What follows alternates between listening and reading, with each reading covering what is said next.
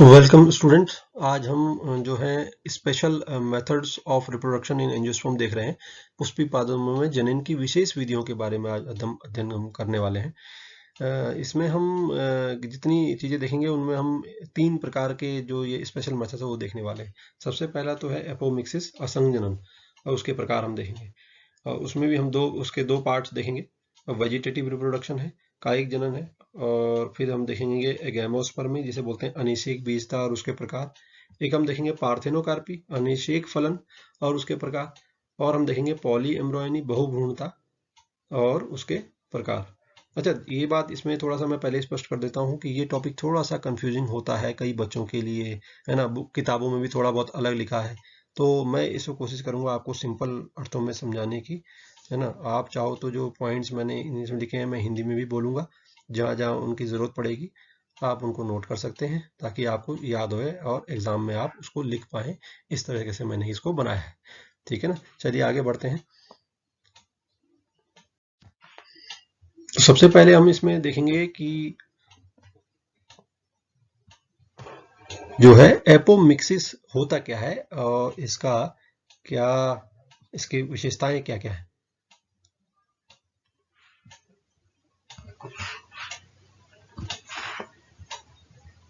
ठीक है ना। तो एपोमिक्सिस या असंग जनन, असंग जनन है ना। असंग जनन क्या है, एक प्रकार का एसेक्सुअल या अलैंगिक जनन ही है ना। अलैंगिक जनन है मतलब रिप्रोडक्शन करने का एक अलैंगिक तरीका है। इसमें होता क्या है, इसमें दो बातें खास है अगर इसको डिफाइन करना है। प्रोसेस है ना where no syngamy no meiosis occurs, है ना। A kind of asexual reproduction where no syngamy and meiosis भी नहीं होता है, अर्धसूत्री विभाजन भी नहीं होता है, संयुग्म नहीं होता। देखो अर्धसूत्री विभाजन जनरली हमने देखा एम्ब्रायो जो हमारा गेमेटोजेनेसिस है उसमें अर्धसूत्री विभाजन होता है, उससे ही तो नर युग्म और मादा युग्मक बनता है ना। मेल गेमेट और फीमेल गेमेट बनता है, तो वह भी नहीं होता है। दूसरा होता है फिर वो संलयन या सिंगैमी कहेंगे, संयुग्मन, फ्यूजन, है ना। मेल और फीमेल गेमेट का जो फ्यूजन होना है वो भी नहीं होता है। ये दोनों प्रक्रियाओं को ये बाईपास कर देता है, ठीक है। तो ये और रिप्रोडक्शन हो रहा है, कहने के लिए रिप्रोडक्शन है, लेकिन कैसा है, इसमें संयुग्मन भी नहीं होता है और अर्धसूत्री विभाजन भी नहीं हो रहा है। तो ये एपोमिक्सिस है। अच्छा, इसका फायदा क्या होता है, इसका फायदा ये होता है कि इससे आप प्योर लाइन, है ना, बना सकते हैं। प्योर लाइन मतलब कि जो कैरेक्टर है ना वो मिक्सअप नहीं होते। इसमें कैरेक्टरों की जो है जो है वो मिक्सिंग नहीं होती, है ना।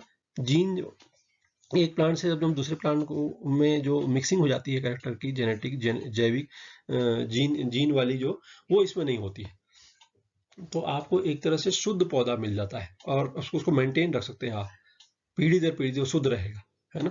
क्योंकि उसमें किसी और का जो जैविक पदार्थ है वो मिल आके नहीं मिलता है ना। जीन मिक्सअप नहीं होते, तो वो कैरेक्टर मेंटेन रहता है। अच्छा, इसके प्रकार कौन कौन से हैं? इसके मुख्य तौर पे ये दो प्रकार का है ना। कई बुकों में अलग अलग तरीके से दिया है, लेकिन सिंपल अर्थों में समझे, जैसे रिकरेंट और नॉन रिकरेंट इस तरह से दिया हुआ है, उसको आप मानेंगे, मैं उसी में ये सब आ जाएंगे।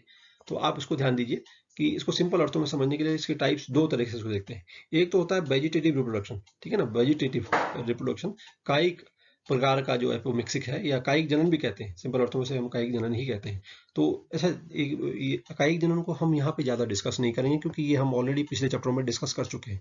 इसमें सिंपल सी बात है, अगर आपको याद हो कि इकाई जनन क्या है, एक प्रकार का अलैंगिक जनन है, जिसमें क्या होता है कि हम बर्ड से, है ना, कली से या उसके पत्ते से या हम उसके स्टेम से, है ना, पूरा का पूरा प्लांट डेवलप कर पाते हैं, है ना। हम कोई जैसे कि हम आलू की आँख लेते हैं, है ना, और उसको जमीन में गाड़ देते हैं, वो पूरा आलू का पेड़ बन जाएगा। या इस तरह की जो भी प्रक्रियाएं जो हम करते हैं जनन के लिए, है ना, किसी भी प्लांट पार्ट से हम पूरा प्लांट बना देते हैं, उसको हम कहते हैं कायिक जनन। किसी भी पार्ट से, किसी भी हिस्से को लेके, तो उसको हम कहते हैं वेजिटेटिव। तो ये भी एक तरह का एपोमिक्सिस है, असंग जनन है। और दूसरा वाला जो इंपॉर्टेंट जो हमें डिटेल में यहाँ पढ़ना है वो है एगैमोस्पर्मी या अनिषेक बीजता। इसमें क्या है, सीड बनता है लेकिन सेक्सुअल रिप्रोडक्शन नहीं होता है, लैंगिक जनन नहीं हो रहा है, लेकिन फिर भी क्या होता है, बीज बनेगा। तो इसको हम डिटेल में आगे देखते हैं। तो देखिए एगेमोस्पर्मी, एगेमोस्पर्मी और उसके प्रकार। तो एगेमोस्पर्मी का सबसे पहला प्रकार जो है वो है एडवेंटिव एम्ब्रॉयनी, यानी कि अपस्थानिक भ्रूणता। अपस्थानिक भ्रूणता से अगर इसको समझने या याद करने के लिए हो तो अपस्थानिक माने कि उस स्थान से नहीं जहां से वो होना चाहिए। अपस्थानिक जहां उसे होना चाहिए वहां से ना होकर भ्रूण कहीं और से डेवलप हो रहा है। तो होता क्या है इसमें ये होता है कि जो भ्रूण है ना वो डायरेक्टली, ये ध्यान रखना, डायरेक्टली भ्रूण जो है वो डायरेक्टली किसी भी ओव्यूल की अन्य कोशिका से डेवलप होता है। डायप्लॉइड कोशिका जो है वो कौन, या सिनर्जिस्ट हो सकते हैं, ठीक है ना, सहायक कोशिकाओं से भ्रूण बन जाए, उसे बोलेंगे एरिस्टोलोकिया में ऐसा होता है। हम देखते हैं कि एंटीपोडल या प्रतिवेशांत कोशिकाओं से अगर भ्रूण बन जाए तो अल्मस में ऐसा होता है, या न्यूसिलस या इंटेगुमेंट की कोशिकाएं हैं जो है उनसे अध्यावरण या बीजांड काय की कोशिकाओं से बनता है, तो ऐसा होता है। ऐसा कहाँ होता है? नींबू में, संतरे में, मैंगो में अक्सर होता है, बहुत कॉमन चीज, ठीक है। तो ये सारा एडवेंटिव एम्ब्रायोनी है, यहाँ पे भ्रूण बन रहा है। इसको हम चित्र में भी आगे देखेंगे, फिलहाल आप यहाँ पे देखिए पहले। तो डिप्लोस्पोरी और डायप्लॉइड पार्थेनोजेनेसिस क्या होता है? द्विगुणित बीजता, द्विगुणित बीजाणुता, है ना। ये क्या होती है? देखिए हमने पढ़ा है कि generally microspore mother, megaspore mother cell, megaspore mother cell, गुरु बीजाणु मातृ कोशिका, है ना, एमएमसी लिखा हुआ मैंने इसको यहाँ पर। उसमें क्या होता है? अर्धसूत्री विभाजन होता है।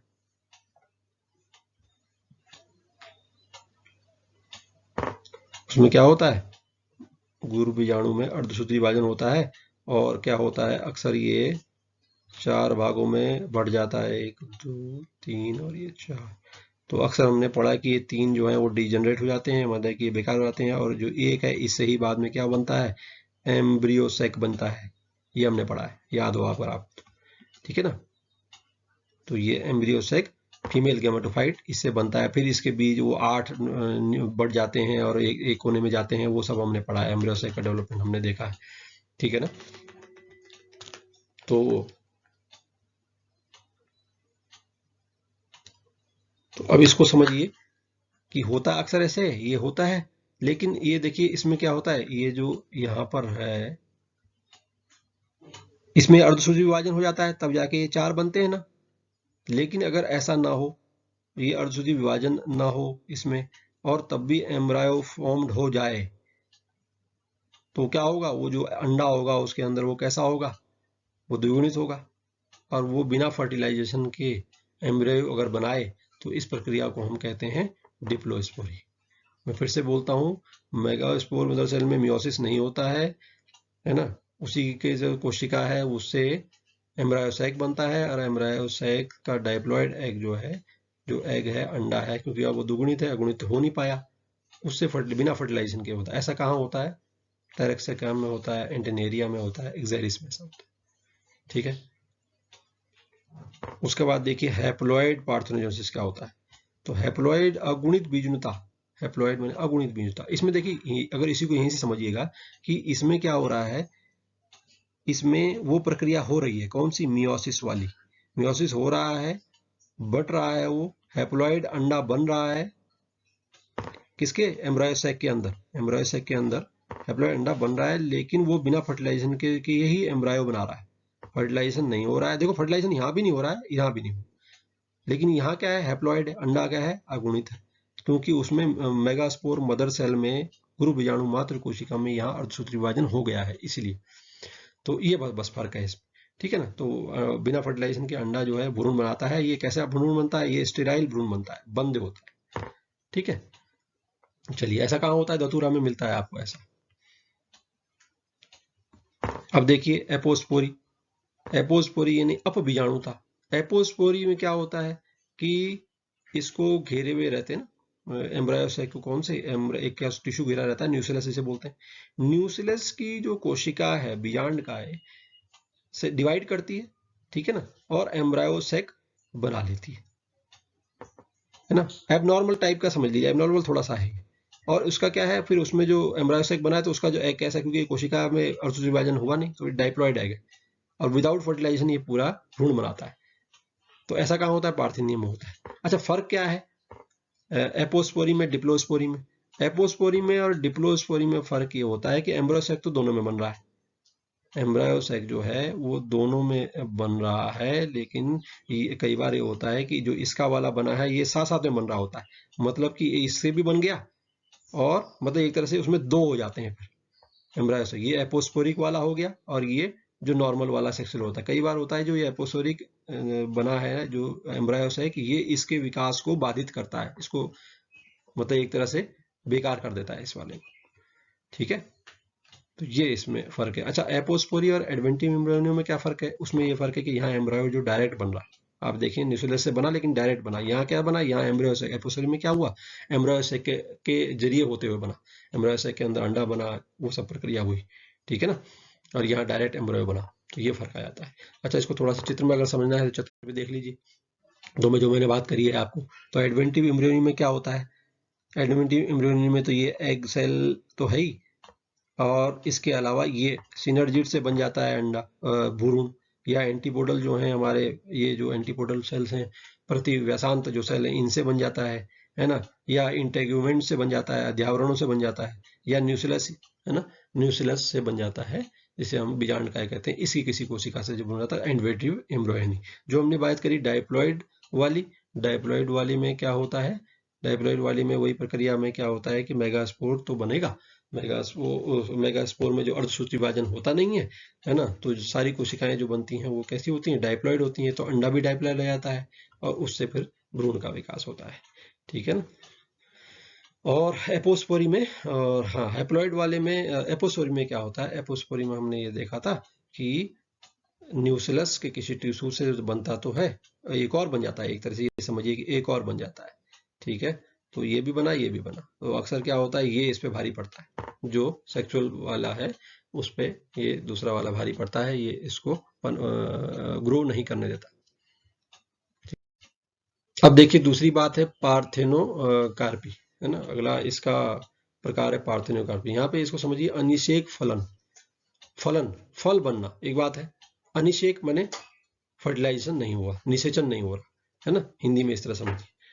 तो इसमें क्या हो रहा है, इसमें ये होता है, इसको अगर हम डिफाइन करना हो तो ये क्या है, फ्रूट मतलब फल बनने की प्रक्रिया है जिसमें कि फर्टिलाइजेशन भी नहीं होता और सीड भी नहीं बनते, ठीक है ना। पॉलिनेशन, फर्टिलाइजेशन, सीड, ये सारी प्रक्रिया नहीं होती। पॉलिनेशन होगा, है ना, परागण होगा, परागण के बाद उसमें होगा, उसके बाद फर्टिलाइजेशन होगा नर मादा युग्म का, है ना, और फिर सीड बनेगा। हमने पढ़ा है कि ओव्यूल जो है किस में बदल जाता है, बीज में बदलता है, सीड बनता है, ये हमने पढ़ा है। ओव्यूल के अंदर ओव्यूल जो है सीड बदल जाता है और इस सीड में ही भ्रूण बन रहा होता है, इसका भ्रूण कहाँ होता है, इसी का विकास हो रहा होता है सीड के अंदर, ठीक, ऐसा होता है। तो अगर और अच्छा, ओव्यूल कहाँ होता है, ओव्यूल हमने पढ़ा है कि ओव्यूल जो है, मान लीजिए प्लेसेंटा है, इसमें मान लो मैंने छोटा सा बना दिया, ये ओव्यूल ये लगा हुआ है, ये ओव्यूल है, ठीक है ना, इसके अंदर भ्रूण बन रहा है और ये पूरा का पूरा ओवरी है, ओवरी है, अंडाशय है। तो अगर मैं कुछ ऐसा करूं कि अच्छा अच्छा, ये भी हमने पढ़ा है कि ओवरी जो है, अंडाशय जो है, वही हमारा क्या बनता है, फ्रूट बनता है या फल बनता है, ठीक है ना। तो मैं ऐसा करूं कि इस ओवरी में देखो प्रक्रिया क्या होती है कि ओव्यूल, बीज बनेगा, फर्टिलाइजेशन होगा, बीज बनेगा, उसके बाद फल बनेगा, है ना। मैं इसको बाईपास कर दूं, मैं सीधा कहूं कि इस ओवरी को मैं डायरेक्ट इस तरह से मैच्योर करा दूं कि ये फ्रूट बन जाए, फल बन जाए, ओवरी जो है वो फल बन जाए, बिना किसके, बिना फर्टिलाइजेशन के, सीड के। तो अगर ये प्रक्रिया होती है, इसको हम इसी को कहते हैं पार्थेनोकार्पी, ठीक है, इसी को हम पार्थेनोकार्पी कहते हैं। तो ये दो तरह की हो सकती है, नेचुरल वाली होती है जो कुदरत में नेचुरली चलती है ना, प्राकृतिक पार्थेनोकार्पी प्राकृतिक अनिश्चित फलन है जिसमें बनाना होता है ना, जिसमें बीज रहित, है ना। फल आपने देखा हो बनाना में अक्सर बीज नहीं पाए जाते, पाए भी जाते हैं, मैंने खा रखे हैं, अगर आपने भी खाए हो, लेकिन अक्सर बनाना में जो है बीज नहीं मिलती। विटिस है, अंगूर में ऐसा होता है, पाइनएप्पल अनानास में ऐसा होता है। अच्छा, आर्टिफिशियल कृत्रिम पार्थेनोकार्पी भी हम कर सकते हैं, कैसे, कृत्रिम पार्थेनोकार्पी के लिए हम कई, जैसे कि हम टमाटर में करते हैं या अंगूरों को बिना बीज के फल बनाने के लिए पार्थेनोकार्पी बहुत हेल्पफुल है ना। तो इसमें हम कई हार्मोन का इस्तेमाल करते हैं, ऑक्सिन्स का, साइटोकिनिन्स का, ऐसे प्लांट हार्मोन का इस्तेमाल करके, छिड़काव करके या इनका यूज करके हम ऐसे फल बना सकते हैं जिनमें बीज नहीं होता, ठीक है ना। तो ये है पार्थेनोकार्पी। नेक्स्ट देखते हैं, नेक्स्ट टॉपिक आ गया हमारा पॉली एम्ब्रायोनी, बहुभ्रूणता और उसके प्रकार, है ना, उसके टाइप्स देखते हैं। तो पहली बात तो पॉली एम्ब्रायोनी होता क्या है, पॉली एम्ब्रायोनी जो है इसमें क्या है, मैनी एम्ब्रायो, बहुत सारे भ्रूण होते हैं एक ही सीड में, ये सीड हमने देखा, सीड ओव्यूल, ओव्यूल सीड में बना, सीड के अंदर जो बहुत सारे भ्रूण होते हैं। अगर एक ही भ्रूण होने के बाद बहुत सारे भ्रूण हो जाए तो इस घटना को हम कहते हैं पॉली एम्ब्रॉयनी, है ना। तो इस घटना में, और ये फीचर किसका है, जो नक जितने भी पाइनस होते हैं ना, पाइनस जिम्नोस्पर्म्स होते हैं, जिनमें जिम्नोस्पर और एंजियोस्पर्म्स जो है ना, एंजियोस्पर्म के बारे में तो पढ़ ही रहे हैं। तो ये कॉमन फीचर किसका है, जिम्नोस्पर्म्स है, नेकेड बीज वाले, जो जिनमें नग्न बीज होते हैं। तो उन प्लांट्स का ये फीचर है खास। और नींबू वाली फैमिली जो है साइट्रस, जितने खट्टे फल होते हैं उनमें पॉलीमोनोनी एक कॉमन बात है, संतरा नींबू वगैरह में, ठीक है। तो इसको समझिए कैसा कैसा होता है, इसके टाइप्स कौन कौन से हैं। पहली तो होती है सरल सरल बहुभ्रूणता, है ना, सरल बहुभ्रूणता। इसमें क्या है, दो या अधिक से अधिक एम्ब्रायो सैक बनते हैं एक ही ओव्यूल में, है ना, एम्ब्रायो सैक बन जाते हैं एक ही ओव्यूल में। जैसा कैसा होता है, सरसों में ब्रेसिका, है ना, ब्रेसिका सरसों में ऐसा होता है। एक होती है मिक्स्ड या मिश्रित बहुभ्रूणता, मिक्स्ड पॉलीमोनी। इसमें क्या है कि होता क्या है इसमें कि आपने पढ़ा है, इसको मैं चित्र बनाता हूं।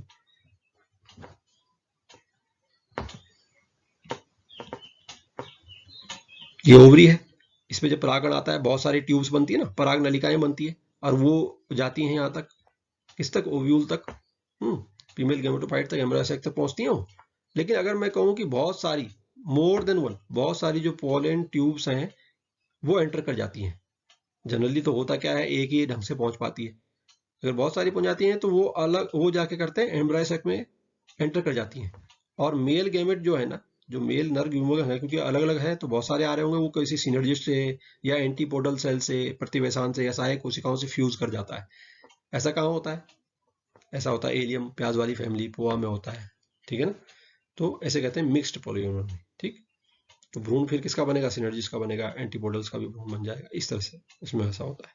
अगला है क्लीवेज, क्लीवेज पॉलीएम्ब्रॉयनी, विदलन, विदलन बहुभ्रूणता क्या होती है। इसमें क्या होता है कि जो फ्यूजन हो जाता है, जब नर और मादा युग्मक जो है मिल जाते हैं, और एक तरह से ये समझिए कि उस ओरियम जो बन जाता है, जो हमारा जाइगोट बनता है, जो पहली संरचना बनती है नर और मादा युग्मक के मिलन से, वो क्या होती है बनने के बाद कि इसमें टूट जाती है, ब्रेक हो जाती है, दो या दो से अधिक हिस्सों में बढ़ जाता है।